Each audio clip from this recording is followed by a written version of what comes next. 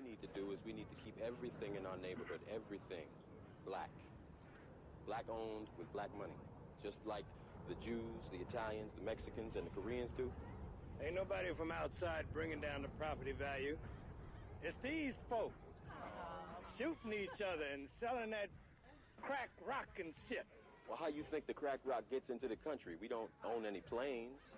We don't own no ships. But we are not the people who are flying and floating that shit in here. I want to talk about guns. Why is it that there's a gun shop on almost every corner in this community? Why? For the same reason that there's a liquor store on almost every corner in the black community. Why? They want us to kill ourselves. You go out to Beverly Hills, you don't see that shit. What am I supposed to do? Fool roll up, try to smoke me? I'm gonna shoot the motherfucker if he don't kill me first. You're doing exactly what they want you to do. You have to think, young brother, about your future. Yes. Let's start off with a rest in peace to John Singleton. What we just heard was a strong message from Boys in the Hood, a historical message way before its time. We are here. It is the Castworthy Podcast. I am Big Steve, a.k.a. Last of a Dying Breed. I am joined here by my fellow hosts, EJ the Savage and the VP of Research. Gentlemen, great weekend of entertainment. How you guys doing today? Doing good, man. Doing good. Doing great. Yeah, I'm good. I don't know if you guys are down off of the high yet. I'm still kind of up there, and people are talking and water cooler talk and shit like that. So, yeah, I'm excited, man. I'm still excited. I got to go back and rewatch Game of Thrones again. I got to go back and rewatch Endgame again. We're going to break tonight's episode up into two parts. This is going to be the A side, and then we're going to bring in part two, which will be the B side, old school style. Just so we don't spoil too much for anybody. Hey, man, it's already Monday. It came out Thursday. They should have seen that shit. That's right.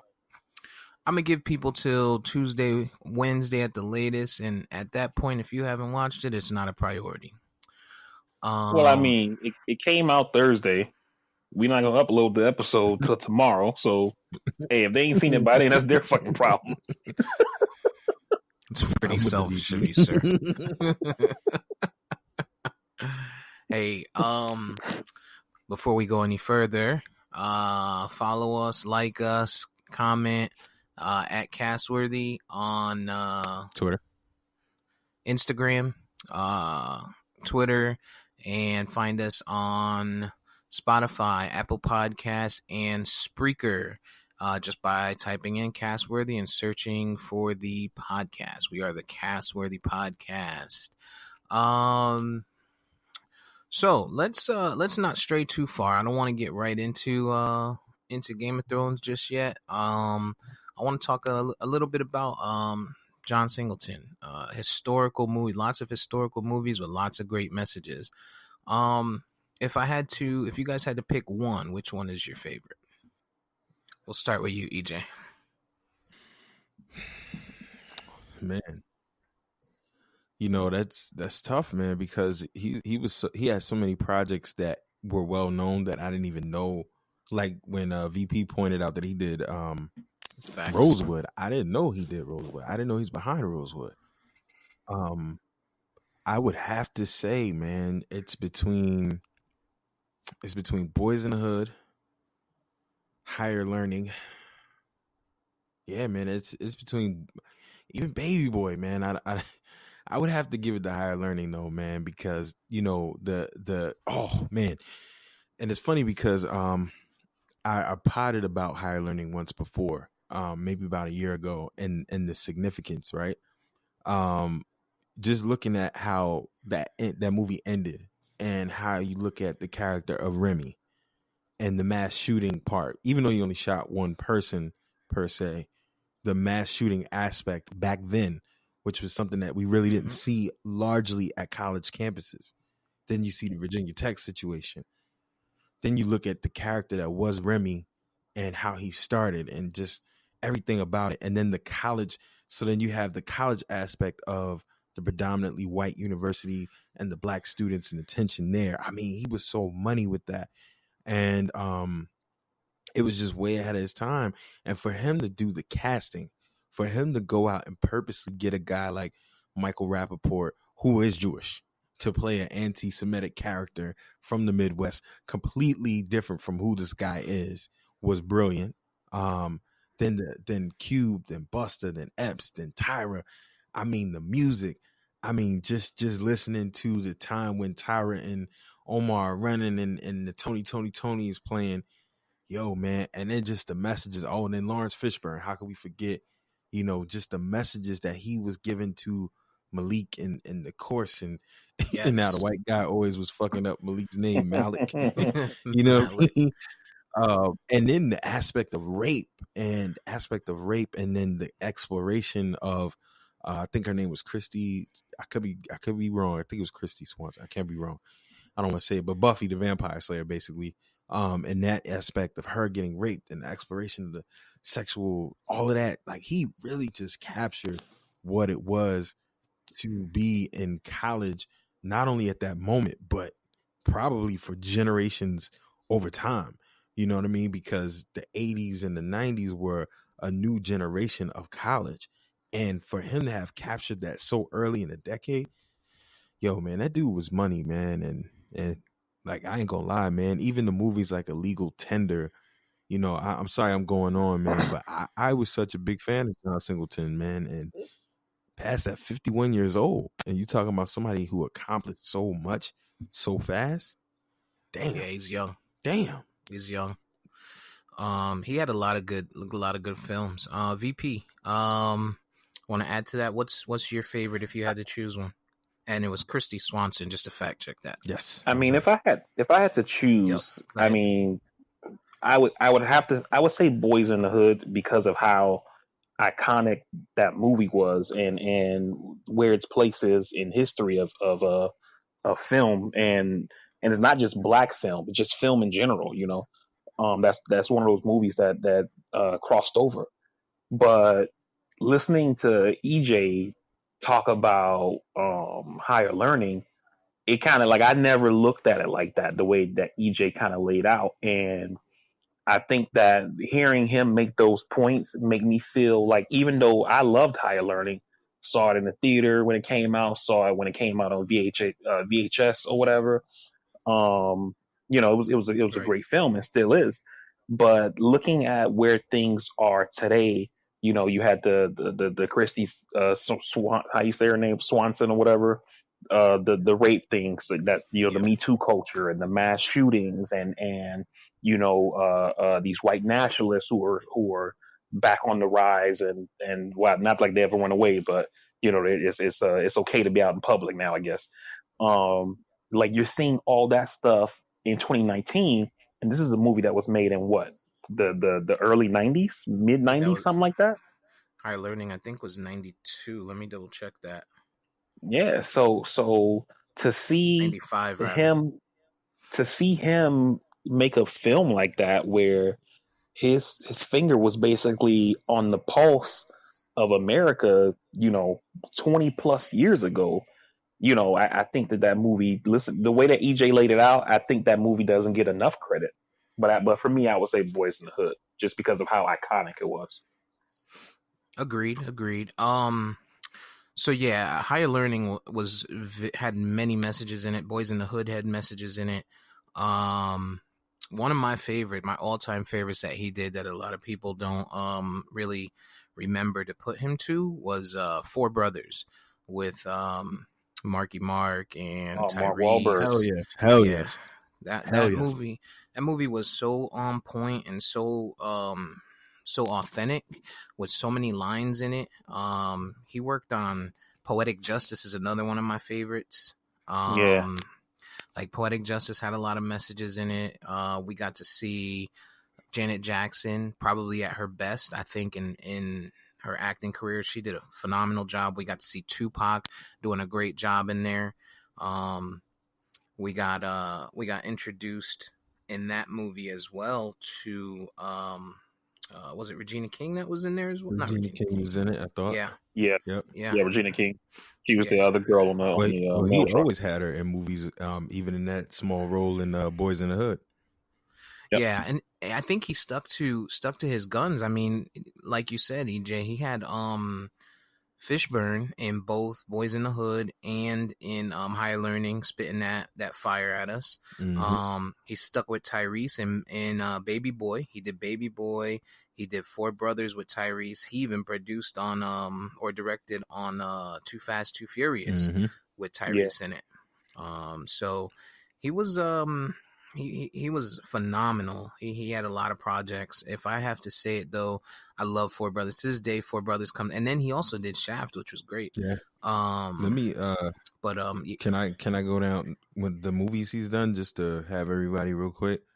Boys in the Hood. yeah, Boys in the Hood Yeah. first in 91, Poetic Justice 93, Baby Boy, Too Fast, Too Furious, Higher Learning was 95, Four Brothers, Shaft, as you pointed out, Abduction with the Tyler kid, which was, I like that movie. He was very different. Hustle and Flow, Rosewood, Black Snake Moan, Illegal Tender.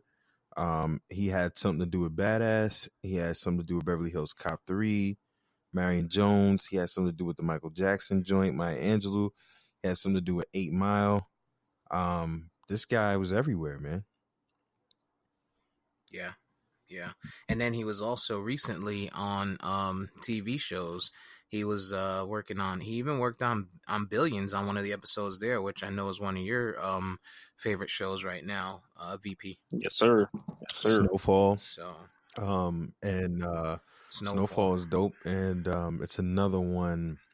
Can't think of it on BT. Empire. It did something with Empire. Oh, The other one, can't think of it.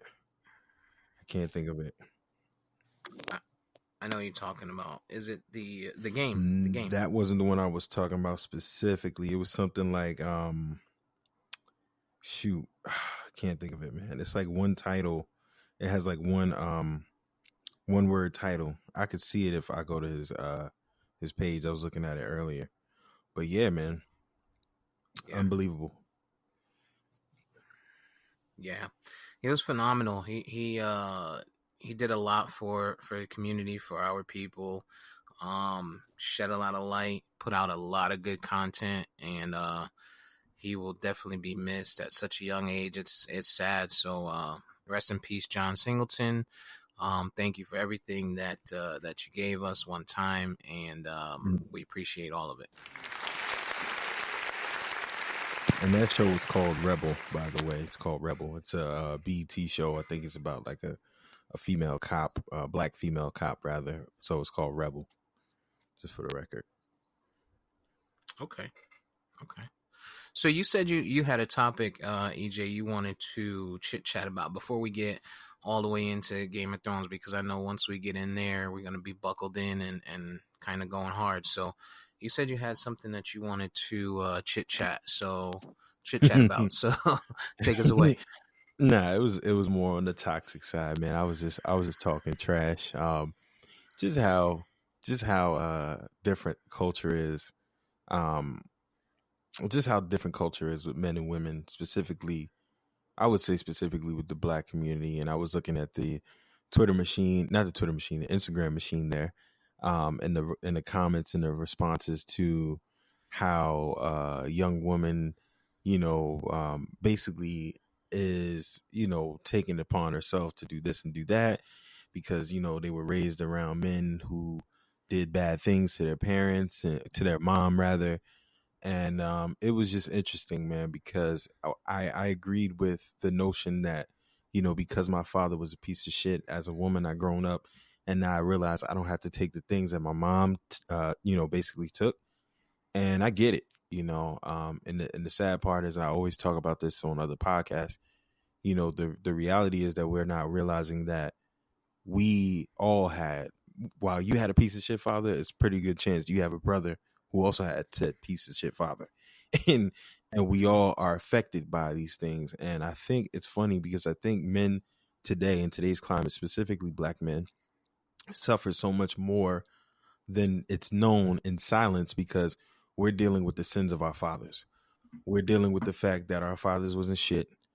Some of us, many of us, rather, I can't say for everybody, but our fathers wasn't shit. They affected women in our lives, and then that in turn affected us. And then now when we go out and we get women, that in turn affects our relationship with said women. So it was just something interesting that I saw, on our comments, and it touches me because, I grew up without my father completely, and I know the effect that it has on my sisters, that he was there for them, but he was abusive and crazy and all of this other kind of stuff.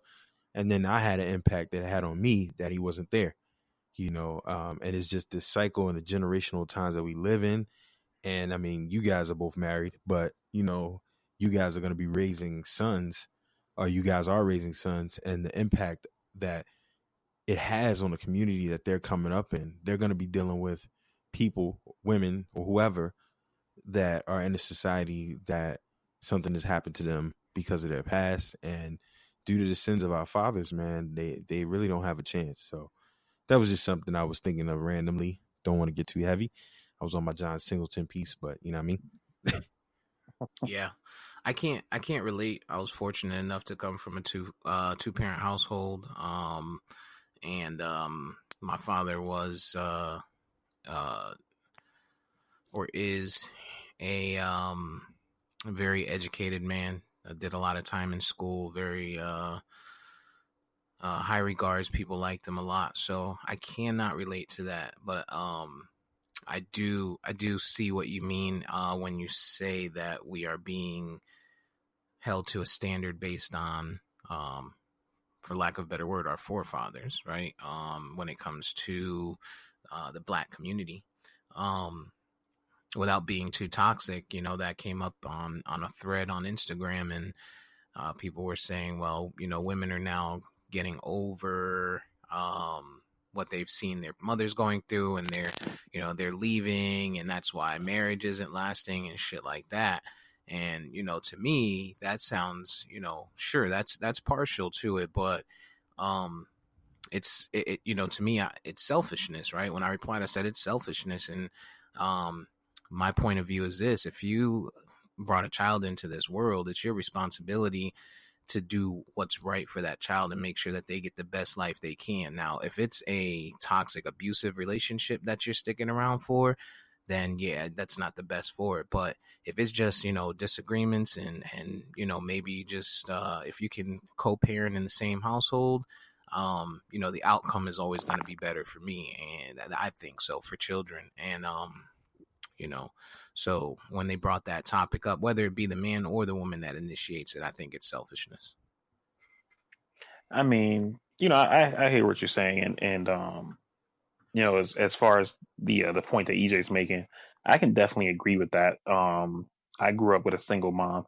I wouldn't necessarily call my dad, put him in the piece of shit category, but my dad was the type of guy who he was more of a provider, like he wasn't really like there to teach me shit, but I didn't want for anything, you know what I'm saying? And I don't know if I necessarily needed that. Yeah, I'm glad I didn't want, but teach me how to do some shit. Like how do I change my oil or whatever? How do I change a tire on a car, or how do I tie a tie? That kind of shit. You know what I'm saying? And I think those things probably would have been more important, or as important as providing.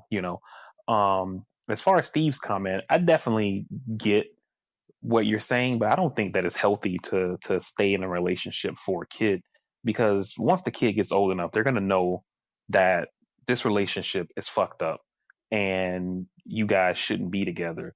And then that's gonna impact the kids' relationships growing up, you know. So if that shit ain't working out, I'm not saying to just give up on it. Maybe you can do some counseling, try to make it work. But if it's just not working, it's just not gonna work.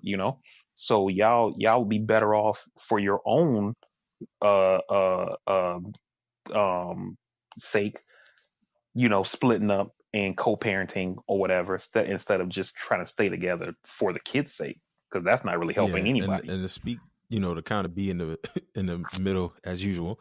Um, I've experienced it more recently, man. And, I had to get out of my marriage because it just wasn't, I got married, very quickly. And you could argue very young, but I felt I was ready.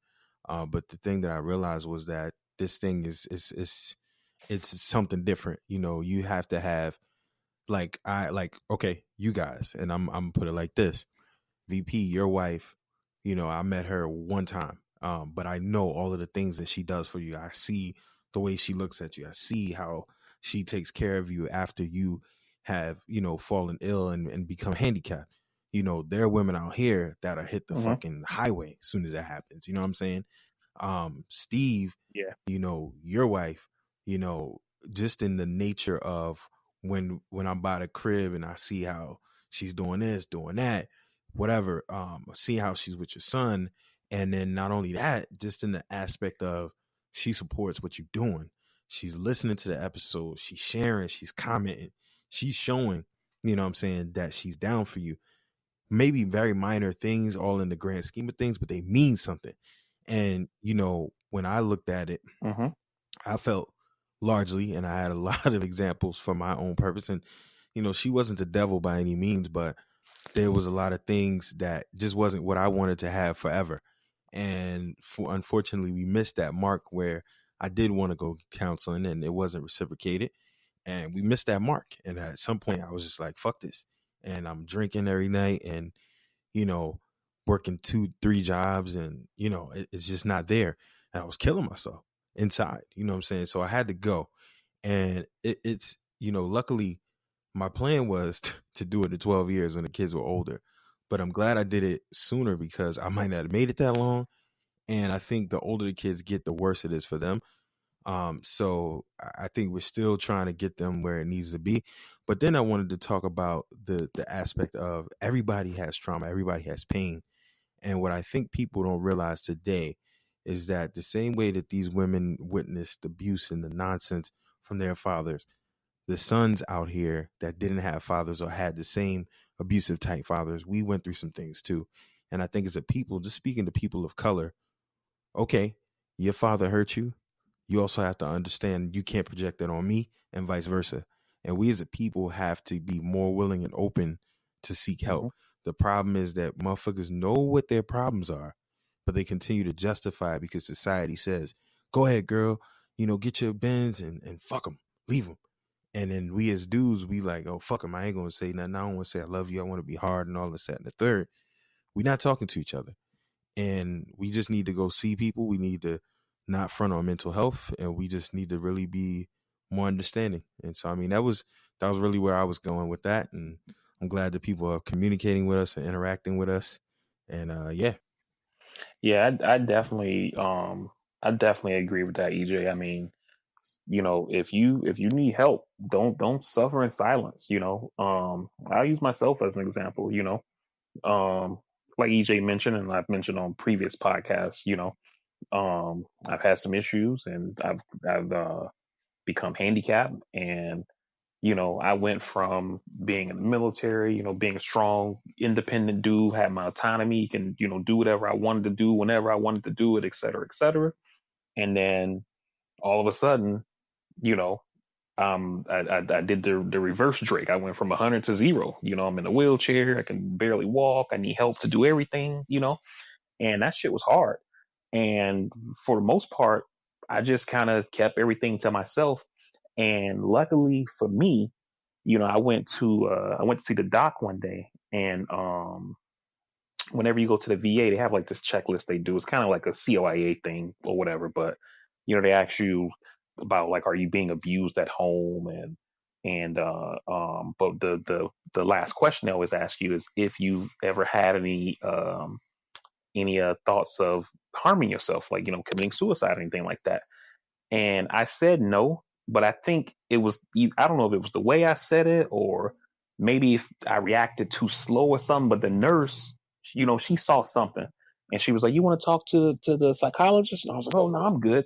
Because in our community, in the Black community, that's, you don't do that kind of shit, And on top of that, I was in the military. We used to make fun of people who needed to go and see the wizard, which is what we call going to the psychologist or whatever, And I kept trying to, push back. No, no, no, I'm good.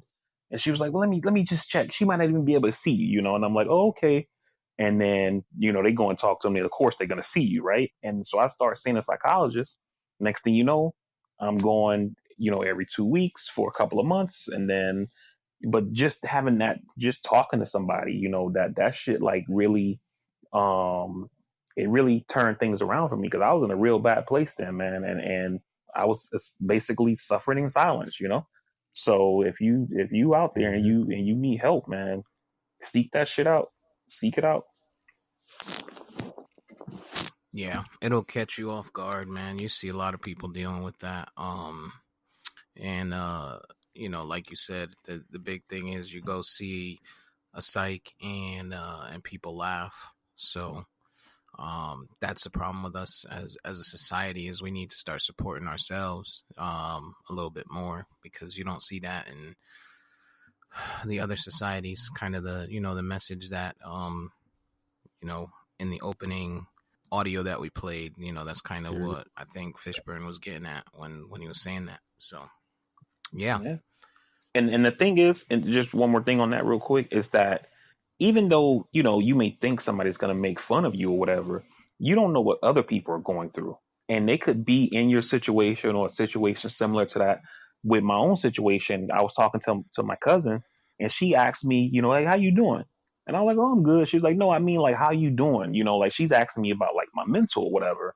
And I was like, well, a couple months ago, I was in a real bad place, but, I've been seeing a psychologist and, we talk and I feel like I'm getting better, that kind of thing.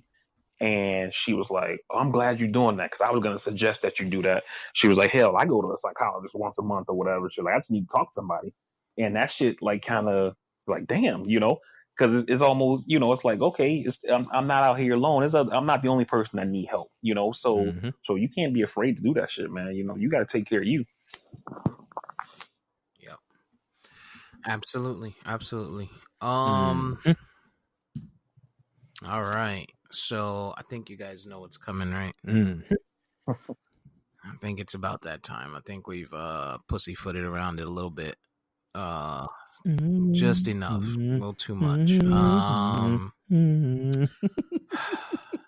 Battle of Winterfell. I'm editing this guy out all the way. Oh my God, so much black screen last night. So dark. Did y'all catch yourselves like at the beginning? Like, dang, maybe I just can't see it. Like, yeah, I turned the brightness up on my TV. Dog, I'm sitting there, and every time they went back to the darkness, I'm like sitting a little further, closer and shit.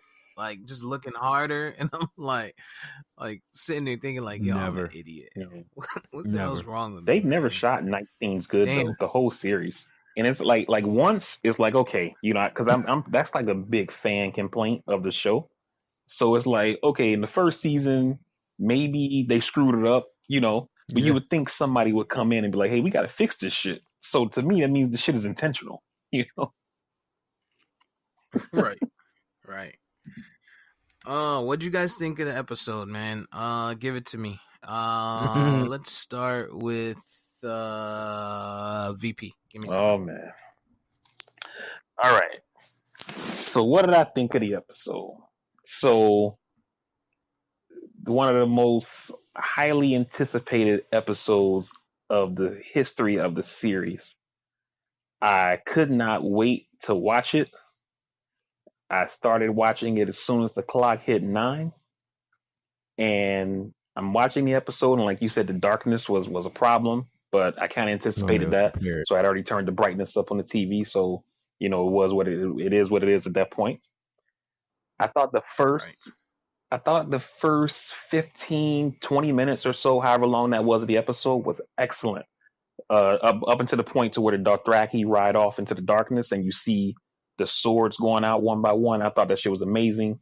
The tension was awesome, where There was almost no dialogue. It's just the music, and you can basically feel the tension in the episode. I thought that was great. After that, the episode went completely downhill for me. Wow. I thought that the episode was ass after that. And and one one, you couldn't see anything. The cut scenes, it was too much. You didn't know who was fighting who, and I get it that they were trying to give us that like almost fog of war, kind of sense. And that's fine for the characters to be confused, but the audience shouldn't have to be confused too, right? Right. And so I really didn't like that at all. That the episode was really bad for me. The plot armor. Oh my God, the plot armor. You get Brienne getting jumped by 2-3 whites. Jamie saves her. He gets jumped. She saves him. Somebody saving Sam. Dolores Ed dies. Next thing you know, Podrick get jumped. Somebody save him. All this saving. And it's like you could just see the plot armor. And it's like, why put these people in these situations if you're going to just have them keep getting saved? The whites got swords. Everybody else, they're stabbing. Anytime they get a main character, they're clawing and punching. All the stabbing Fighting goes and away. shit. Like that shit was infuriating to me. Like I really just thought the episode, I thought it was bad, man. I thought the episode was really bad. Mm. After I rewatched it, Mhm. because you guys know I watched all the episodes more than once. I've only watched this one twice. When I saw it the second time, I still thought the episode itself was bad, but the tearjerker moments kind of caught me. And Theon at the end, I found myself welling up a little bit or whatever when Theon charges at the Night King, and when Jorah dies and Dany's crying over him, I found myself like feeling emotional at that scene and stuff like that. But overall itself, I thought the episode was bad. Wow. What about you, Savage? I largely agree with a lot of his assessments. I don't know that I would say it was bad per se. I think it was. I always have this theory that you have to have one to kind of like cap it all off. So there was a lot of negative parts in that because we're gonna get fulfilled in 2 more episodes when we see what happens with Cersei, etc. But yeah, man, your assessment all the way was, the darkness was really bad. Just all of the action, and I'm like, shit. I'm in this bitch. Like, what the fuck is going on? Like, I'm moving and dipping and dabbing, like trying to move with the screen. But yeah, man, I thought though it was dope. I'm right with you up until that point. I was pissed off. Like, damn, the Dothraki, like, why did they even charge? Like, I'm like, why did they even charge? Yeah. Like, they went way out there, and then I'm like, damn, they dispatched them so fast. But then, everybody else didn't get wiped out just as fast. I thought that was I didn't like that too much, but cool. Night King was clearly bitching from John. And then the crazy part about it was we never really learned why. You know what I mean? Like when it came to everybody wants smoke, he pretty much was like whatever. But when it came to John, he cut that off, and it was kind of like why we didn't learn why, But Arya, Arya, and I know I picked her for my pool to die first. She gave me a lot of moments. Well, I thought it was coming. I was like, holy shit, I might have called it, but she turned out being the MVP, man, and that was a pretty awesome scene. I love that scene. But yeah, I mean, a lot of the criticisms that VP has, I totally echo. But I wouldn't say that I thought it was as holistically. It's pretty consistent with what we've been getting from Game of Thrones for me. So I kind of put it at a level of where I need to watch it to see what happens. Need to feel fulfilled. So I wasn't too mad at it. And like I said, I think it's like the setup. I look at this as like if it was a trilogy movie from episode 3, 4, and 5, I would look at this as the origin story where it's going to be slow. It's going to have its problems. Number 2, we're going to see what's going on. And then hopefully we'll cap it off with the 3rd episode being that number 5 is supposedly where the action is. So With that said, man, I was excited. I loved it. I loved most of it rather, and I certainly loved the end. I just would have really loved to know why the Night King seemingly was either trying to avoid John or keep him alive, or what was going on. Because my theory was that John was going to have to sacrifice himself to become the Night King of some sorts or somehow. And it was looking like that was coming, but Arya saved the day. But we still don't know why just yet. So I don't know, but that's how I feel. Well, real quick, EJ, I think the reason why he didn't want no smoke with John is, remember, the Night King is a person. Well, he was a person at least, and it's not like he's a mindless zombie, right? And so you see, he brings in the winter when John comes with the dragons, so that way they can't take out the generals and they're disoriented or whatever, right?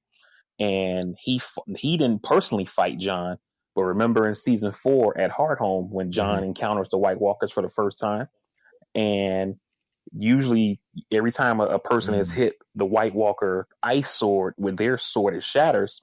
But John got Valyrian steel and he killed that White Walker. And the Night King was there. He saw that. Right when that happened, they go to the Night King's face. So I would say maybe he knows that John can kill him because he's seen him kill one of his generals. So that's probably why he didn't want no smoke with John. Yeah, that's where I was about to go. He's seen John. And he's seen what John is capable of. It's kind of like think about when you was in high school and there was that one dude that everybody knew could fight, and while you wasn't scared, you was like, if it happens, it happens. You wasn't going in that direction, like, you know what I'm saying, like, you know what, send Lamar over, man. You know what I mean? I done seen him break somebody off over and over and over, but why not? It's Thursday, So yeah, I think that was part of it. But I think you guys are assholes. I think I think you guys need to learn to appreciate what we have for entertainment. I think the episode was very, very good. From the hardest part was the darkness. The one thing I think they did well complementing the darkness was when the dragons went up above and you saw them kind of going at it and you saw their silhouettes. Like, I think they did a great job there. What I did find myself doing is like an asshole. I don't know if you guys have ever watched Walking Dead. And so these dead people in this episode, something triggered my mind and had me seeing them as zombies. So to your point, VP, when they were attacking and jumping like 3 on Brienne and 3 on Jamie and shit, I'm thinking, oh, he's bit, he's dead. You know what I'm saying? Yeah, I had the same reaction. I was like, yo, it's over. That nigga's bit. Yo, he turned. Yo, you're right. I had the same feeling, yo. I was like, no, don't let him bite you, dog. Oh, I'm like, yo, he scratched her on the neck. Oh, she's infected. Yeah. But so yeah, then once I finally, like, again, I brought myself back to it, and I was like, yo, I'm stupid. I'm sitting there, and I started to appreciate, I think the Arya scene when who was looking at her where she was fighting the zombies. Was it God? I think it was the Hound. I think it was Bear. I know it wasn't the Hound. It was somebody that was looking at her like oh shit, when she had the the.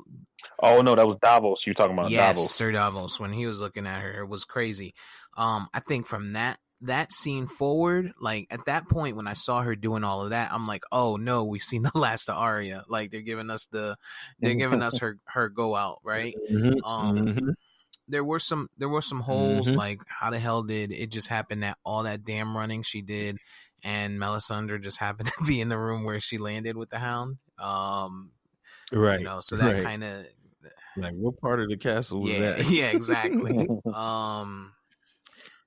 My theory about the crypt came true. Yeah. I think a lot of people were on that. Well, many people's theory. Yeah, you were on it specifically on the cast, but I think there were a lot of people that were on it because as I watched social media going into it, you saw a lot of people or a lot of memes and shit that were like, "Oh, bring the guy that can raise the dead and put all the women and children down under where the dead people are." Where the dead people are, Yeah. right? Yeah. I wish we had seen a And little. he made a point. I wish we saw a little more of No, that. go ahead. Yeah, exactly. I know E said something about Ed and Catelyn, but I thought about it today when I was having a conversation at work. Number one, not Ed, Ned. Ned. Yeah. Number one, Ned don't have a head. You know what I'm saying? So Right. we can't see Ned walking dead. I'm spitting. And then Catelyn, she got killed at the Red Wedding, so we don't even know if her body's down there in the crypt. If anybody ever, shipped it back up, back to the north. So Nah. to expect to see them, I know that was E's thing. I don't know where that came from. I thought about it, I'm like, that wouldn't have been possible. I did love seeing Ghost for the second that we saw him. I wish we had seen a little more of him. I wish they could have CGI'd him into killing some of the dead. I didn't know that, like, as soon as you killed the Night King, it was going to be like, when Thanos snapped his finger and they all just, went away like that. I thought they could have done better than that. I thought Bran to me has just been a waste. Like, I don't even know what his reasoning in the show is. Is there something that's in the book, Vari, that makes him relevant? Because I know it's this season, but even the seasons prior, they're pushing him around and rolling him around in the snow and putting him in caves and shit. And I don't quite know what the significance is to him. So, where Bran is in the show, he's not to that point yet in the books. So in the show, I mean, in the books, he's still in that cave, learning to be the three-eyed raven. And this is another issue. Like when you brought up Bran, it made me think about it, that I have with the show. And it makes me seem like a book snob, but whatever. In the books, you have a fantasy series that also is kind of evolved around politics, right? And in the show, it seems like this is a political series that has some fantasy elements in it, right? And to me, the fantasy stuff is what makes the series great, right? Because you got all these different gods, and then you got dragons and wolves and the fire god and Azor Ahai and all these prophecies, and there's the plot, and then there's these subplots and things like that. And the show has just done away with all of that, right? Now these guys are out there fighting, and I'm watching this thing, and I'm just thinking from a military standpoint, right? And I'm like, why would you send your cavalry Where they charging into darkness? What the fuck? Right? And your most skilled warriors at that. I was like, what? I was like, who the fuck would do that, right? Then they got all these catapults and trebuchets and shit like that. They used them one time, never used them again. And then, like, to Steve's point, what the fuck does Bran do? Bran can see everything. He can control animals and shit like that. So you would think that he would have like Nymeria and her pack of fucking wolves and deers and all kind of shit, like helping him out. And he's just at the tree taking a fucking nap. So, it was, I don't know, man. This I really didn't like this episode, man. Like I said earlier, like first 20 up until that point to where the Dothraki go off into that void, and you see, I thought the flames going out one by one was fucking amazing. Like from a visual standpoint, from a military tactics standpoint, it was completely fucking idiotic. But yeah, man, I struggle with this episode, man. So the one thing that I'm wondering is, at the end of it all, when it's all said and done, no matter how much you guys hated it, a lot of people liked it. Do you think that people are saying, that the Battle of Winterfell could have been moved to the end, and whatever the hell they're gonna do at King's Landing could have been 3. Like, they head down there, they try to sway Cersei again. She's not with it. They fight her army. They take King's Landing, and then now we have a bigger issue we got to deal with. Let's not sit here and fight over the throne or who's going to have the throne. We got to go move at, and get this king. I feel like they hyped it up. It's the longest battle ever on screen and yada, yada, yada. Lots of CGI. I'm sure lots of budget. It took them so long to film it. 750 people, needed for that, for that episode. And, I'm just thinking that if that's supposed to be their go-to episode, that's supposed to be the big shit, why did we get it at 3 with still 3 episodes to go in the series? I'll tell you why. The reason that the Battle of Winterfell had to happen because the Night King was coming, so it had to happen at some point. Whether it happened, at this point or at the end of the season, it was going to happen, right? But to me, it seems that the whole point of this was to weaken Daenerys for the Cersei fight. Because even though Cersei brings in the Golden Company and they got 20,000 or so men, Daenerys got almost 10,000 Dothraki. Unsullied thousands of Dothraki. She got 3 fucking dragons. So think about if King Arthur had. I'm saying before last season when the dragon died, she had 3 Right. dragons. So just think about if fucking King Arthur back in the whenever the fuck had 3 F-16s. You know what I'm saying? That's essentially what these dragons are like, right? And it seems like everything that they've done in the show has been to continuously weaken Dany for the Cersei fight, right? Because Dany comes over from Essos and she has Dorne with her and she has the Tyrells who control the Reach, right? So she has 2 of the 7 kingdoms on her back, a huge ass army, and 3 dragons. And then instead of just invading and taking over, she goes with these stupid ass plans from Tyrion. Oh, let's take over the Lannisters area first, and then we'll do this and do that. Instead of just coming in, killing Cersei, boom, get it done, right?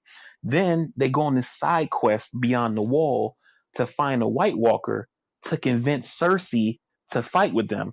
For what? In episode 4, you just showed me Dany's dragon and the Dothraki destroying Cersei's forces. So she don't got no forces. So what the hell are we worried about her for? You see what I'm saying? It all seems like everything was just to weaken Dany. So she goes beyond the wall, dragon gets killed. Battle of Winterfell, she loses a shitload of troops, and people think that the other dragon, Rhaegal, got killed, but you see him in the preview, so you know he's alive. Or whatever. It seems like it's all done to make the battle with Cersei more fair. Why is it that every time we saw Jon and Dany on a dragon, it was like they were riding a bull, and we see the Night King on the dragon, and he had like reins, like like his dragon was a horse, and they were just trotting down a I don't know. It seemed like he had super control over his dragon, while they can't. They don't got it together. Yeah. I think it was a good episode, though. I'm excited to see where we go from here. I think next episode, we're gonna go back to the reunited shit, and there might be some tearjerkers in there when you start to see people die. But what about what was her name? What's the little one's name that took out the giant? Mormon. Oh, the little bear, Lyanna. Did you guys like that scene? Did you think there was it was necessary, or it was everything what they were trying to do, what they were trying to give us? I've been doing most of the talking, so I was trying to let EJ get in there. I didn't want to monopolize. I think he stepped away. Oh, okay. I didn't think it was necessary, but I mean, if you've ever seen a movie, then you know something like that's gonna happen, Yeah. So yeah, I like that they let her have a big moment because she's a big character, and like you see Dan and Dave at the end, they talked about her, and I remember hearing about this when that character got introduced in season 6. In season 6, where when John, Sansa, and Davos go to her to get men for the Battle of the Bastards, that was supposed to be her only scene, like her only speaking lines in the show. But they were like, she killed it, and they were like, we gotta give her more, So, she kind of, when if it's your time, you got to step up when it's your time to get what you want or whatever, and whether it's sports, whatever the fuck, and she did that, and so they rewarded her. That's the same thing if you look at a character like Bronn, right? A lot of people love Bronn, and even though Bronn is featured in the books, he's not heavily featured the way he is in the show, where he's like involved in all the shit, But the fans love Bronn, and so they have to keep writing him in more, So I think she deserved that. Did Sansa and Tyrion have that moment that everyone talks about? Like, if I'm on a plane and that bitch about to go down, somebody getting it. Like, it seemed like they thought death was right around the bend, and they kind of was looking at each other like, shall we? And it didn't quite go down like that. Yo, I was thinking when she pulled out that knife, they was about to have a murder suicide or something. Yeah, that's crazy. Yeah, so I like I said, I look forward to seeing where we're gonna be and how the battle with Cersei's gonna be. Meanwhile, she's sitting down there chilling, drinking mimosas, and the shit about it is she's not gonna know what took place up there because ain't nobody sending ravens to her. Like, maybe when Bronn finally gets there, if he doesn't turn and go to Jaime and Tyrion and be like, your sister's wilding the fuck out. If he does not do that, but he is actually trying to, cash in, maybe he sends a raven, but I'm thinking he's going to get there and be like, damn, what the fuck happened here? Wasn't no rain down my way. You know what I'm saying? Yeah, I don't think Bronn turns on them. I mean, everything Bronn got is because of them, And Tyrion, remember every time Tyrion tells Bronn, if you ever get the notion of betraying me, whatever they're paying you, I'll double it. Tyrion has told him that since they've met or whatever. So I think at the end of the day, Bronn is out for himself. So I can see him coming saying, yo, your sister gave me this cart full of gold to come kill you. You said you was going to double it. So, right. Cash me outside, Yeah.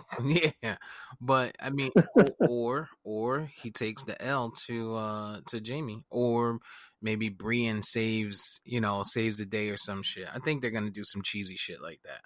Yeah. But yeah, I think it was it's a good episode. I just hope they don't piss away 3 episodes, or 2, because we know one of them is going to be another battle. But I hope they don't piss away 2 episodes and like episode 6 just be like, oh, hey, here's your new king. You know what I mean? Yeah. So, all right. So I think that takes us to the end of side A. I'm gonna take us out, and before I do, I want to just make mention again of where to find us on Instagram at Castworthy_podcast, on Twitter at Castworthy. Listen to us on Apple Podcasts, listen to us on Spotify, and also on Spreaker, www.spreaker.com. Soon to be coming to YouTube and everywhere else where you can pod, iHeart, etc. Thanks for listening to the A side, and don't forget to catch up to us on the B side.